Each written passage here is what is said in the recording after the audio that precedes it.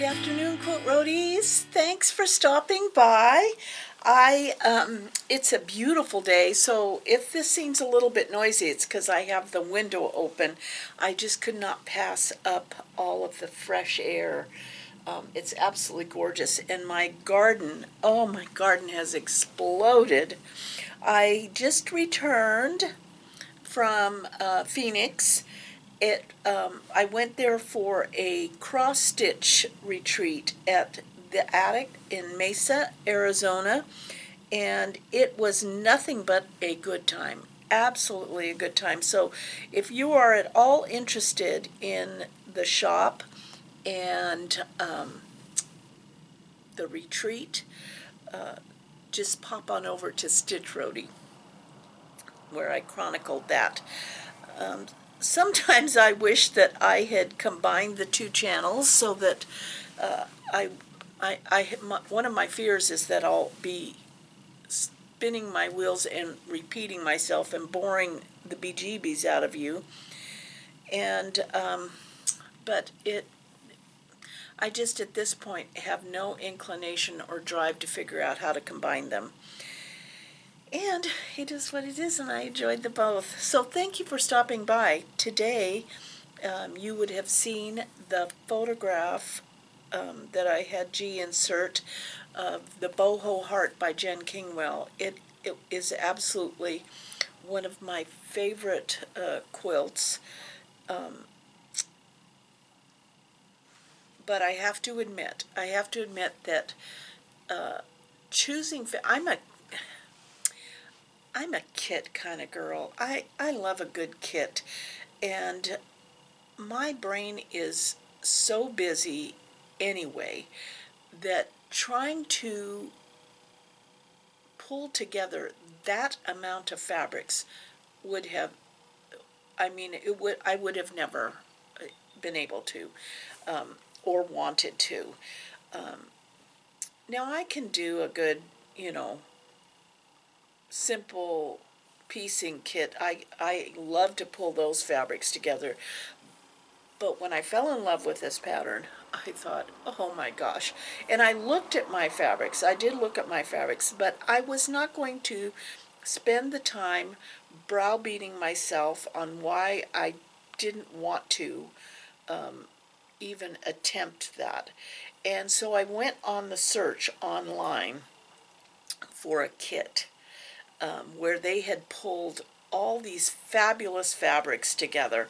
I mean, there is just so many fabulous fabrics. And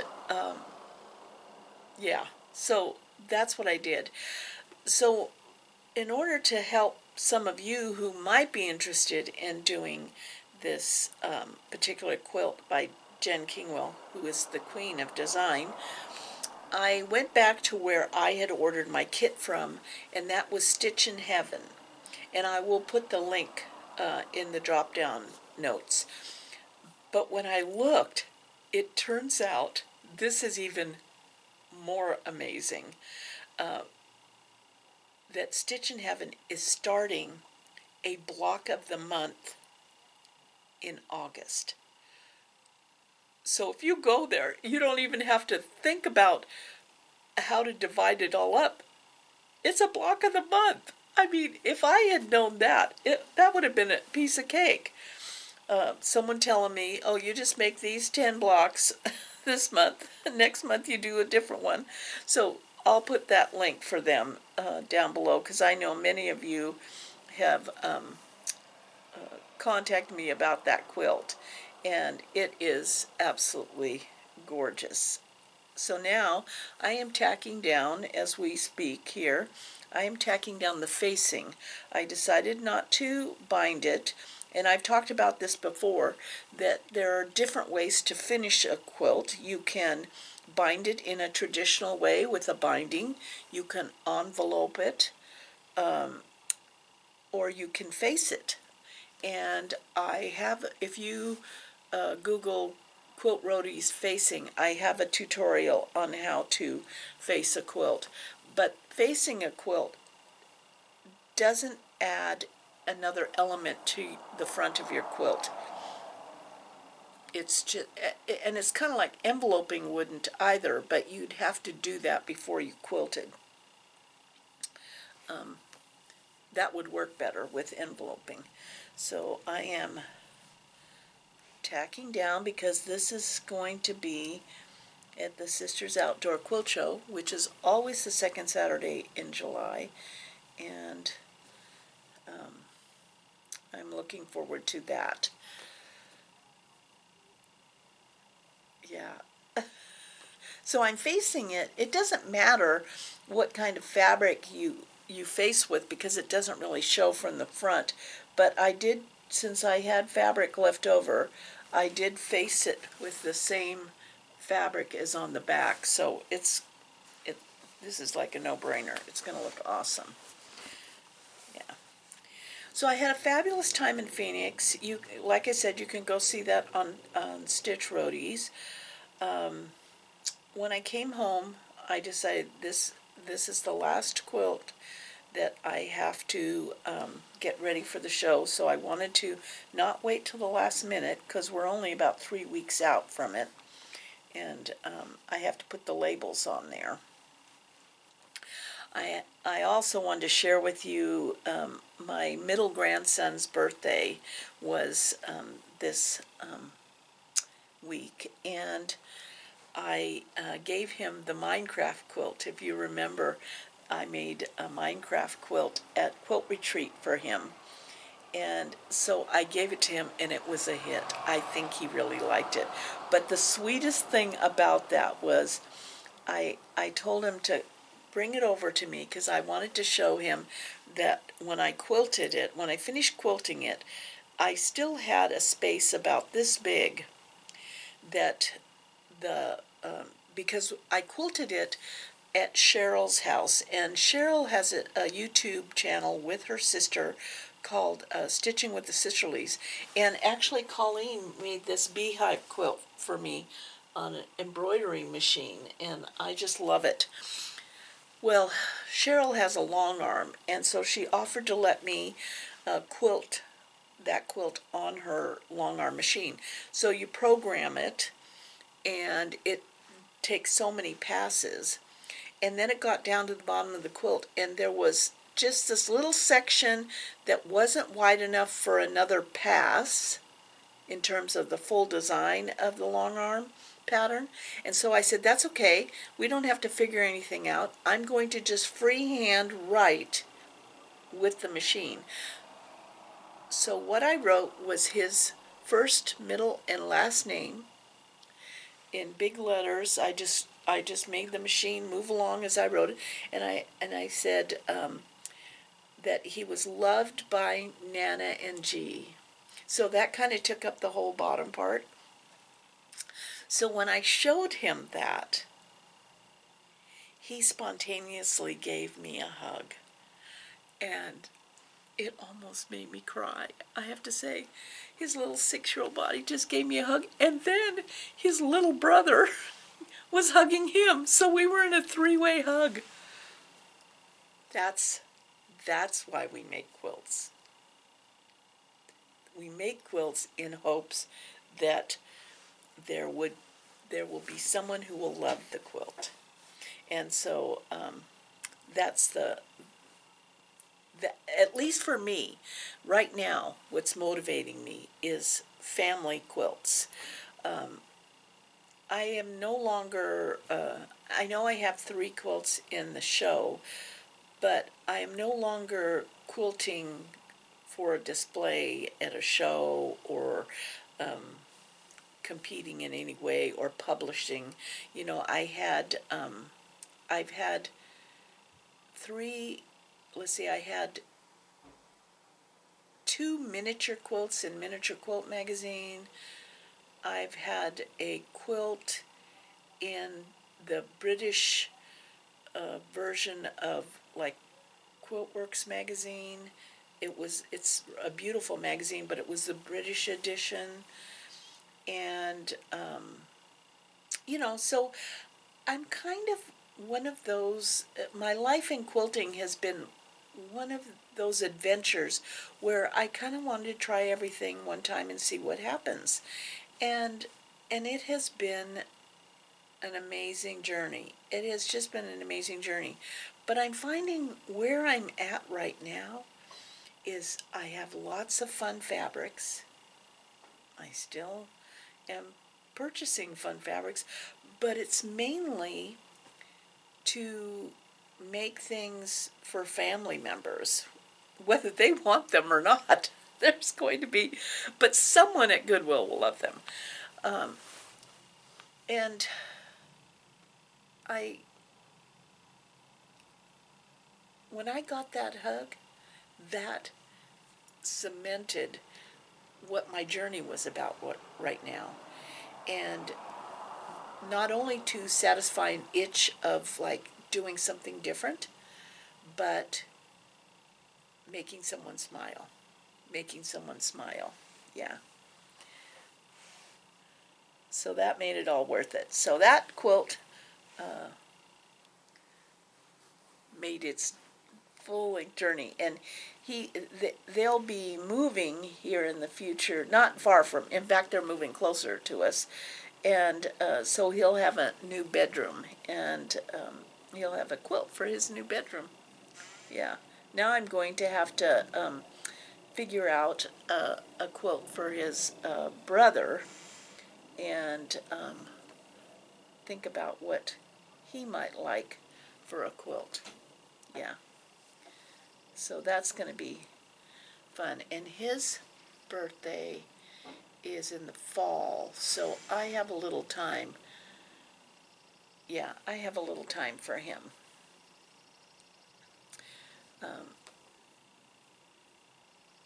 he loved the backing, which was all of that. It was that flannel fabric, if you remember from a few videos ago, that was had all the gaming terms on it, like let's play, score. Actually, not just gaming, but sports too. It just had words all over the back, and I got that at Joann's because it was absolutely the perfect fabric for the back. It's I was thinking about my dad because, you know, we're up on Father's Day, and I am so blessed to have gotten his love of reading. I just cannot stop. I just love to read, and I remember as a child, no matter what time I got up in the morning, my dad would have already be up and sitting in his robe, a terry cloth robe that my mother had made him, and he'd be reading. He was a prolific reader.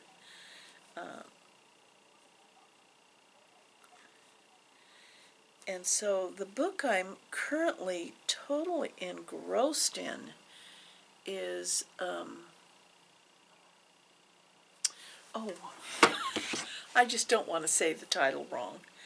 It is, let's see, Between Two Kingdoms.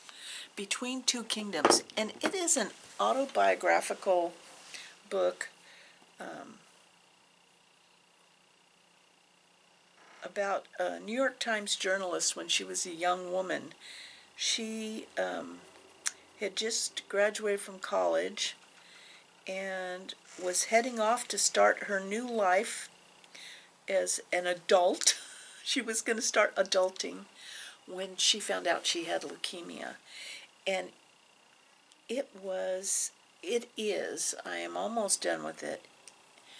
It is a compelling, moving, interesting book on a young person's journey through chemo and cancer. And I know that it sounds like, why would you want to read that? But I'm here to tell you, there's so much to learn and feel about her story and her journey.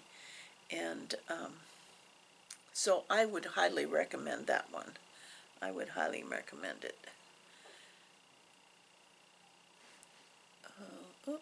got a little knot here.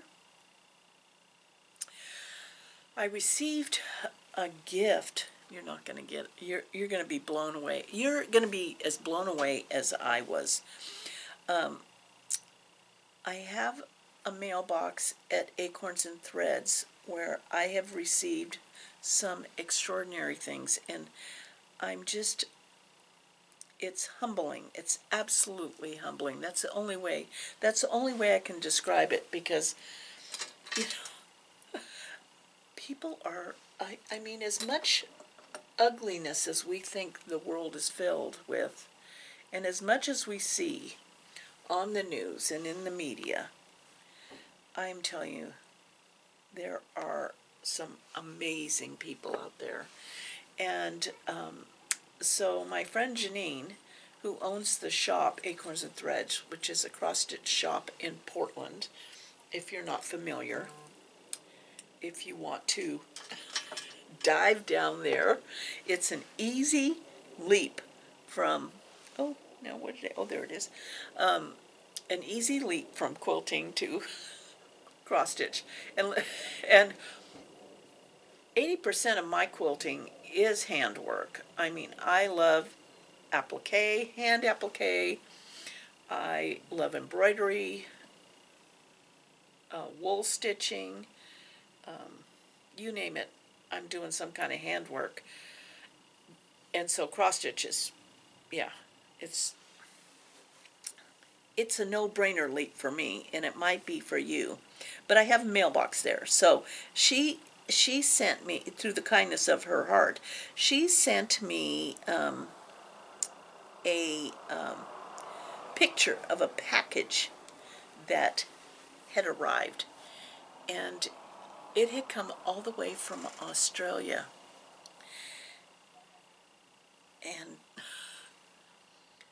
so when I got there for stitching day yesterday was Biscornu day, which, if you're not familiar, Biscornu is like an oddly shaped three-dimensional cross-stitch pillow. Or a Biscornu is the stitching pillow tutorial that I told you. That's a Biscornu. It's the shape. So I was at Acorns and Threads because my friend Margaret runs a Biscornu day there, and this package had come, and so everyone was like, oh my gosh, it's this thing all the way from Australia. It's just, it's just craziness. It's craziness. Now let's see. What did I do with that? I didn't. Well, I'm going to just show it to you. You know who you are that sent it to me. You know who you are, but this is amazing. Absolutely amazing. I'm going to show you the back first.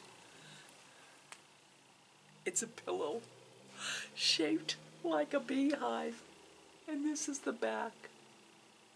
Are you ready for the front?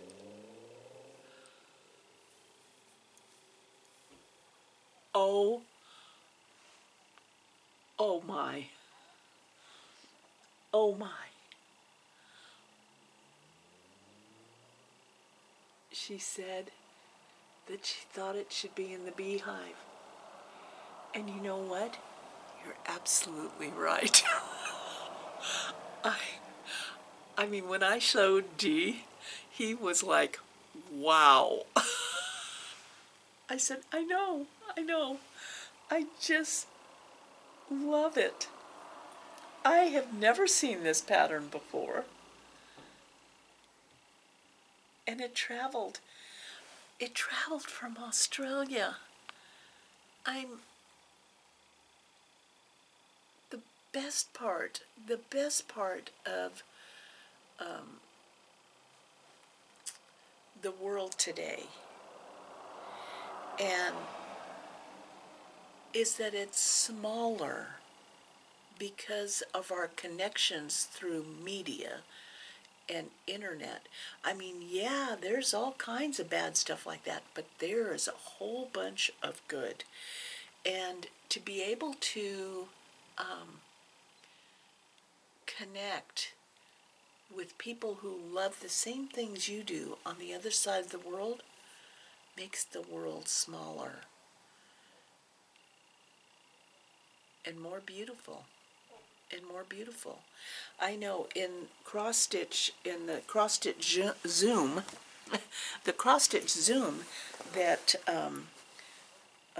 my friend Margaret does out of Acorns and Threads, is a gal, Susan from South Africa, and she gets up at 2 o'clock in the morning to join us once a month for our Zoom. And I'm telling you, it makes my heart bigger to know that we are connected to someone who's living a whole different cadence of life, but we're connected by our common love of quilting or stitching. It's, yeah, it's, I have to say, of course, I tend to look at the cup as my cup is always half full, except for when I'm driving. Then I can turn into a cup half empty person. Yeah, I can turn into a cup half empty person. I didn't mean to. I didn't mean to do that, but oh gosh.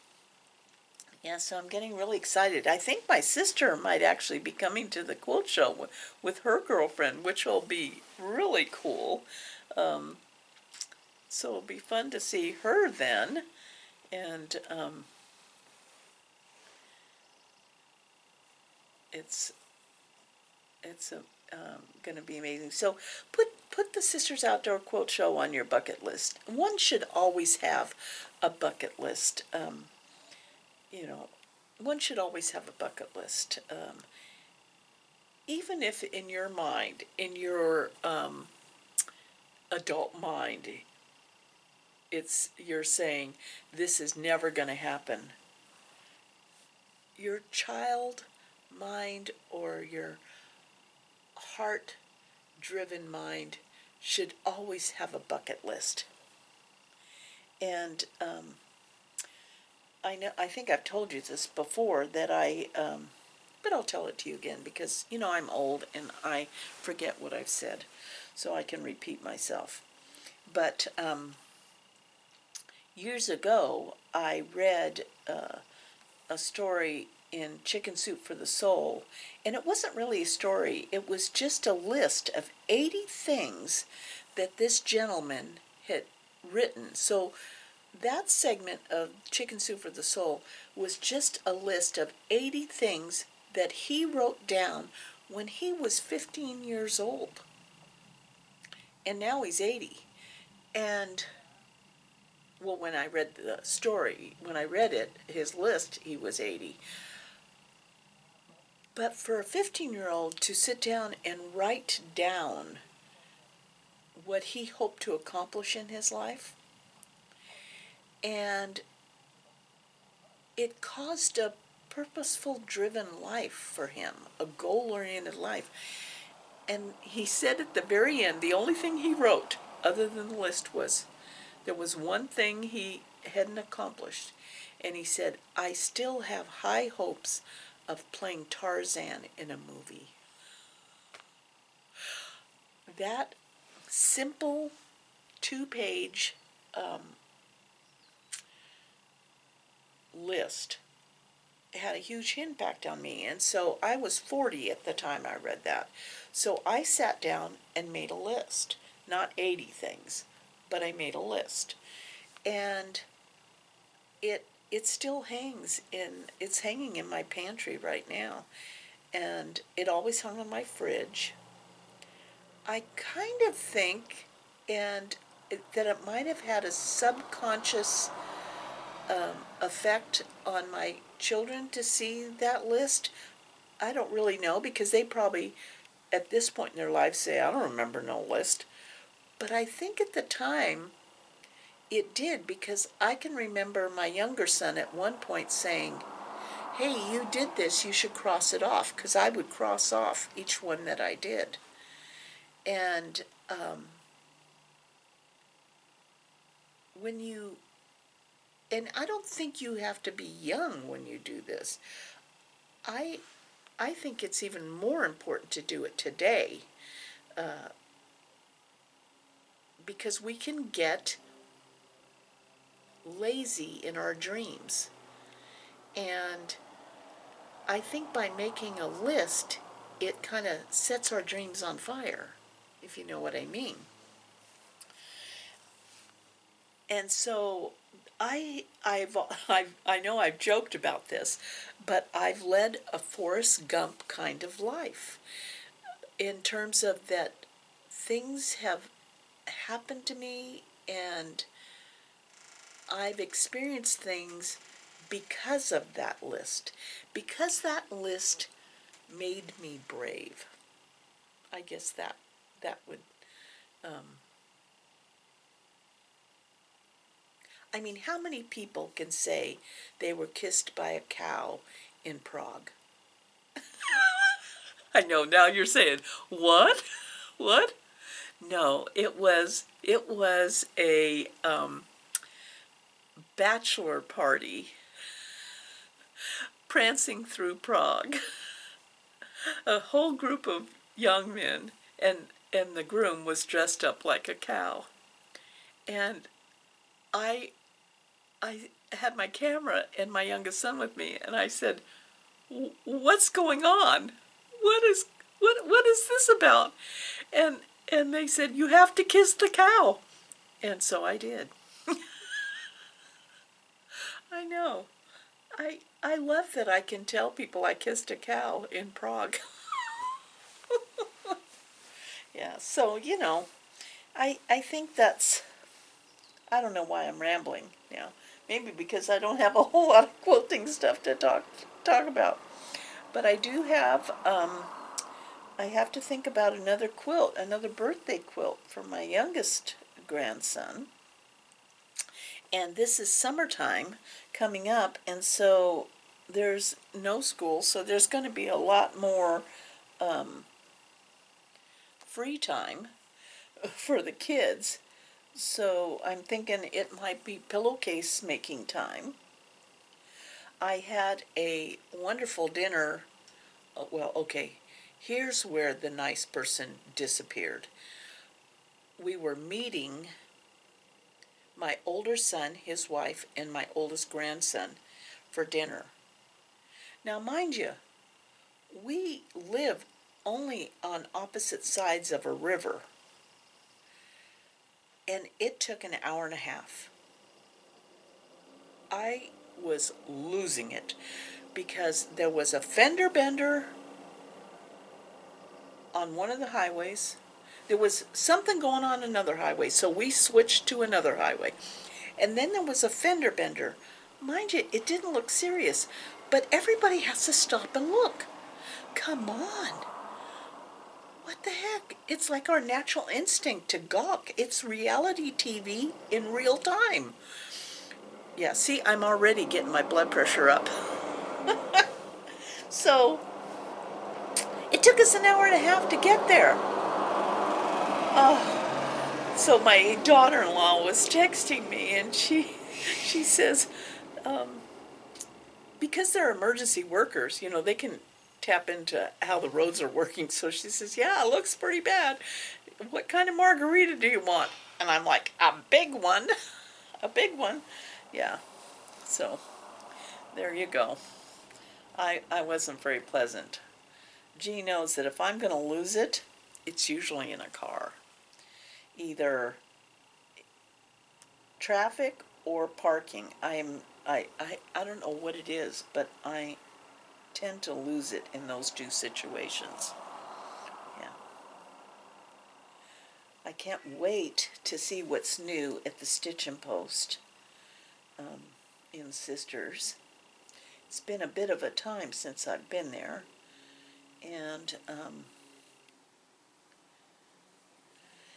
still really struggling with those hexie kits. I think I'm gonna have to get one of those hexie kits because it's yeah. have them already cut out and folded, and so all you're doing is the hand stitching. If you follow the quilting doctor, he is doing hexies wherever he goes.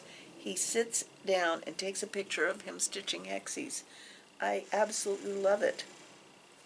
Yeah. Okay, so the last thing that I'm going to leave you with is two people that I follow on Instagram. If you're an Instagram person, now I know some of you are not, but if you are an Instagram person, there are two people that I absolutely have the best time following. And one is he's from Finland. Let's see if I can find him. And he's a comedian. Do you know who I'm talking about?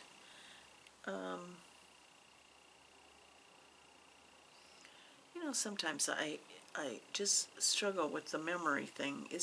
Do you do that also? Let's see here. Sometimes you just need to relax. Sometimes. Did you hear what that said? My phone said it says, sometimes you need to relax. No. They know absolutely that I need to relax. Okay, so here is his his name on Instagram. It's spelled ISMO comedy. He takes everyday events or words and makes me laugh out loud. I am just hysterical about him. He's so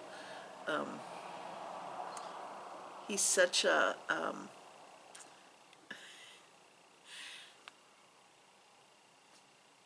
he's just so simple in his humor that it kind of catches you off guard. And the other one, I'll link them both below because I can't remember the other. All I know is the dog's name is Riley or Radar. Maybe it's Radar. Radar. Could it be Radar? Let's see.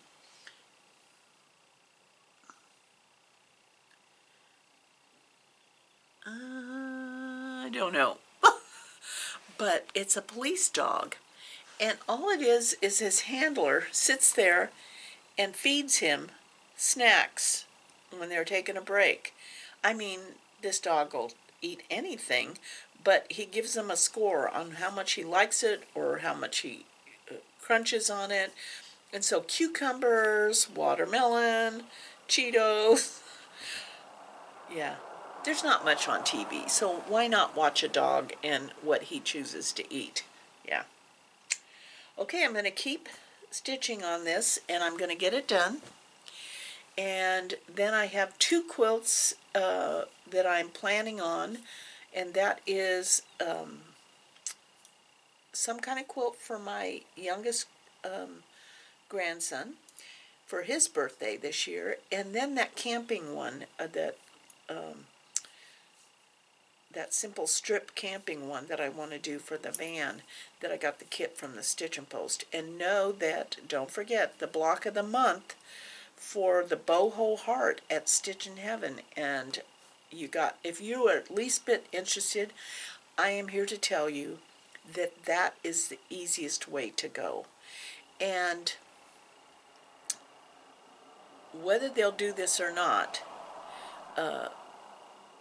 what I did was I had the pattern already because I was in love with it. And so when I wanted the kit came with the pattern. It was a kit. So I called them up and I said, I already have the pattern, but I really want the kit. And they were willing to sell me the kit. Whether they will do a block of the month without the pattern, because you already own the pattern and haven't started it, you know who you are, all you can do is ask. And see, that's the way I am. If I just, I'm okay with no, but I'm not okay not asking. So, so you could do that if you already have the pattern. If you don't, please sign up for the block of the month. It is going to be the easiest way to accomplish this quilt, and this quilt is gorgeous. I have to say, it's one of my favorites. One of my favorites. Okay, well, thank you so much for stopping by. Please take a moment to subscribe and thumbs up. If you're new, I would appreciate that. Otherwise, we'll see you down the road. Love you guys.